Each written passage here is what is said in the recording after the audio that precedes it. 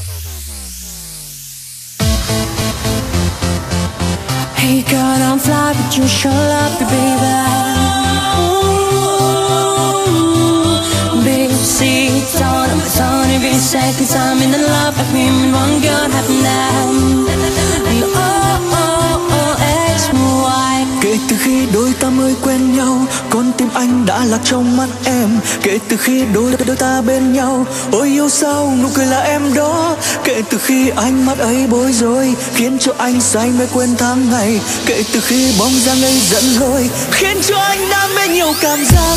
Kể từ đây ta mãi bước chung đôi, anh đã mơ về ngày ấy lâu rồi. Kể từ đây yêu thương không phai phôi, anh đã thôi chờ điều gì hơn thế. Kể từ đây ta sẽ mãi yêu nhau, em giống như từng hơi thở trong anh. Kể từ đây xin yêu đến kiếp sau, hãy cho anh yêu em nhiều dài lâu. Dường như đêm nay mọi thứ đang bay, những âm thanh rộn ràng mê say. Nhạc khúc DJ điệu múa quay quay, cứ xoay xoay theo những sắc màu. Và tiếng nói ấy cùng bóng dáng ấy, cứ thiết tha bờ mơ kiêu xa.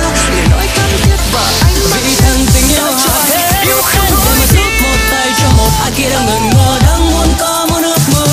Một câu hát yêu thương không xa chỉ bằng những vần thơ trong không gian nên vui có nhau suốt con đường dài. Thắp lên tiếng yêu miệt mài như mơ, để giây phút nơi đây mãi còn. Và khi lần đầu anh chạm tay em nhìn vào đôi mắt biếc, một chuyện yêu thương tràn ngập trong anh, một tình yêu thắm thiết. Chỉ mong gần bên người ơi đừng xa, chợt nghe nhịp tim hòa chung lời ca. Rung động bao tình yêu vào đêm mong. Rung động ở kịp biết và hay không. Luyến tiếc đôi chân không muốn rời xa. Luyến tiếc mình sợ tình yêu sẽ phôi pha. Dường như đêm nay mọi thứ đang bay, những âm thanh rộn ràng mê say. Nhạc khúc đi chơi điệu múa quay quay, cứ xoay xoay theo những sắc màu. Và tiếng nói ấy cùng bóng dáng ấy, cứ thức thơ bờ môi kiêu sa. Lời nói thân thiết và ánh mắt biếc, lại cho anh yêu không hối tiếc. Dường như đêm nay mọi thứ đang bay, những âm thanh rộn ràng mê say. Nhạc khúc đi chơi điệu múa quay quay, cứ xoay xoay theo những sắc màu. Và tiếng nói ấy cùng bóng dáng ấy, cứ thức thơ bờ môi kiêu sa. Lời nói thân thiết và ánh mắt biếc, lại cho anh yêu không hối tiếc.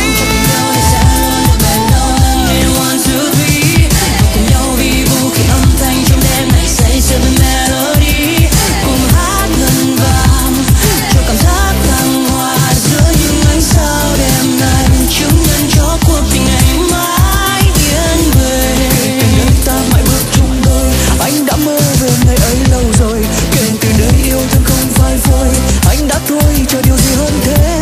Kể từ đây ta sẽ mãi yêu nhau, em giống như từng hơi thở trong anh. Kể từ đây xin yêu đến kiếp sau, hãy cho anh yêu em nhiều dài lâu. Từ đêm nay mọi thứ đã bay, những âm thanh rộn ràng mê say. Để khúc đi chơi điệu múa quay quay, cứ xoay xoay theo những sắc màu. Và tiếng nói ấy cùng bóng dáng ấy, cứ thức thở bờ môi kiêu sa. Lời nói thắm thiết và ánh mắt biếc, lại cho anh yêu không hối tiếc. Baby.